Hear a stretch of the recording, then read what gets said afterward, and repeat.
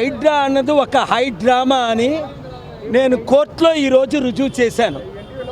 Honourable chief justice అరాధేజీ, honourable associate justice very graciously heard almost 1 hour today. I only requested for 5 to 7 minutes. No, this is a very important matter. Take your time. Counter why you have not filed. Counter ఎందుకు file చేయలేదు అని additional government ప్లేడర్ని, solicitor వీళ్ళందరిని అడిగితే నేను అన్నా, వారు ఇంకొక 2 days అడగండి, 1 month ఇవ్వండి, 3 days. సార్, ఈ లోపుని వారు 462 బిల్డింగులు డిస్ట్రాయ్ చేశారు. ఇది చట్టవిరుద్ధంగా చేశారు. దాదాపు 50 లక్షల కోట్లు, 50,000 కోట్లు విలువైన ప్రాపర్టీని, నాగార్జునది 500 కోట్లు, 462 బిల్డింగ్లు మీకు ఎట్లా అని అడిగారు. నేను డాక్యుమెంట్ ప్రొవైడ్ చేశాను.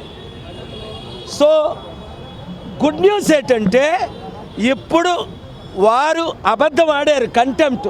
మేము నోటీసులు ఇచ్చే డిస్ట్రాయ్ చేసామని. నేను సుప్రీంకోర్టు సైటేషను జస్టిస్ గావియా గారు ఇచ్చింది నేను ప్రొవైడ్ చేశాను.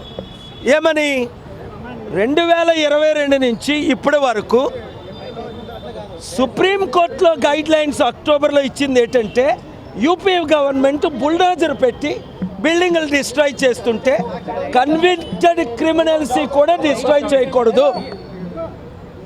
అది I'm very grateful to the honourable CJ bench today for granting such orders. ఇప్పుడు ఆర్డర్స్ ఏంటంటే, ఒక్కరికి కూడా ఒక్క ఇల్లు పడగట్టకూడదు నోటీస్ ఇవ్వకుండా. కనీసం సమయం ఇవ్వాలి. 2, వాళ్ళ సామాన్లు తీసుకోవడానికి. 3, ఎవరైనా ఇల్లు కూలగొడితే వారికి ముందే ఇల్లు ఇచ్చి కూలగొట్టాలి. ఇలాగ 8 ప్రేయర్లు అడగడం జరిగింది. ఇమీడియట్గా గవర్నమెంట్ కూడా కౌంటర్ ఫైల్ చేసిందాక టైం లేదు. ఇప్పుడే మీరు ఆర్డర్ పాస్ చేయమని రిక్వెస్ట్ చేయడం జరిగింది. ఆ ఆర్డర్లో వారు రిక్వెస్ట్ చేసింది, నేను అడిగిన ప్రేయర్ని వారు అడ్మిట్ చేశారు, అలౌ చేశారు. అలాగే ఇప్పుడు నోటీస్ లేకుండా డిస్ట్రాయ్ చేయకూడదని గవర్నమెంటే ఒప్పుకుంది. అది గుడ్ న్యూస్. రేపు 10 ఎమ్మెల్యేలు డిస్క్వాలిఫికేషన్ కేసు ఉంది. అలాగే రేప్ విక్టిమ్స్ కేసు ఉంది. నేను యుఎస్ వెళ్తున్నాను, యువర్ ఆనర్, ఫ్రైడే అక్కడ ఎలక్షన్ అంటే రేపే ఆ 2 అడ్మిట్ చేసి చాలా డ్రామాలు ఆడుతున్నారు చాలామంది. అవన్నీ నేను ఇప్పుడు చెప్పను. ఆ నాటకాలన్నీ ఆనరబుల్ హైకోర్టు చాలా తీవ్రంగా కొన్ని నేను మాట్లాడకూడదు. అయితే ఒకటి గమనించండి, రేవంత్ రెడ్డి గవర్నమెంట్ అని రేవంత్ రెడ్డి అన్నానని అక్కడ senior council government pleader object చేశారు.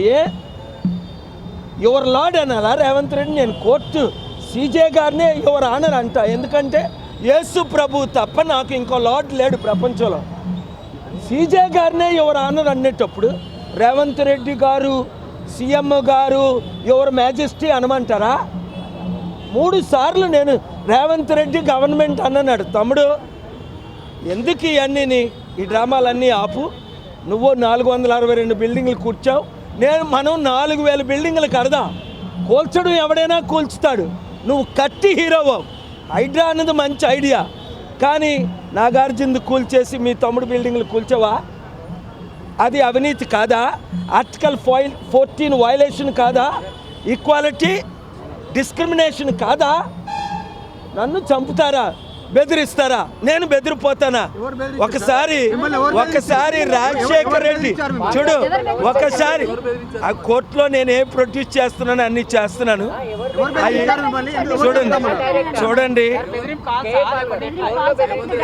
డైరెక్ట్గా మనుషులు వచ్చారు, కాల్స్ వచ్చాయి. గవర్నమెంట్ సెక్యూరిటీ ప్రొవైడ్ చేయమంటే ఎందుకు మీరు ప్రొవైడ్ చేయట్లేదు? తెలంగాణ ఇచ్చాను కదా, చీఫ్ జస్టిస్ ఆఫ్ ఇండియాకే డైరెక్ట్గా 2 days బ్యాక్ మొత్తం రాసి ఇవ్వడం జరిగింది. పోలీస్ స్టేషన్ నేను ఎందుకు వెళ్ళడం? ఎప్పుడో పవన్ కళ్యాణ్ కేసు గురించి పోలీస్ స్టేషన్కి వెళ్తానా? అవన్నీ వదిలేసేయండి. మీరు రేపు హైకోర్టుకి రండి, మీరు రాగలిగితే ఇంకా డ్రామాలన్నీ కడతాం. మార్నింగ్ నా మ్యాటర్స్ మీరు లిస్ట్ చేసుకోండి.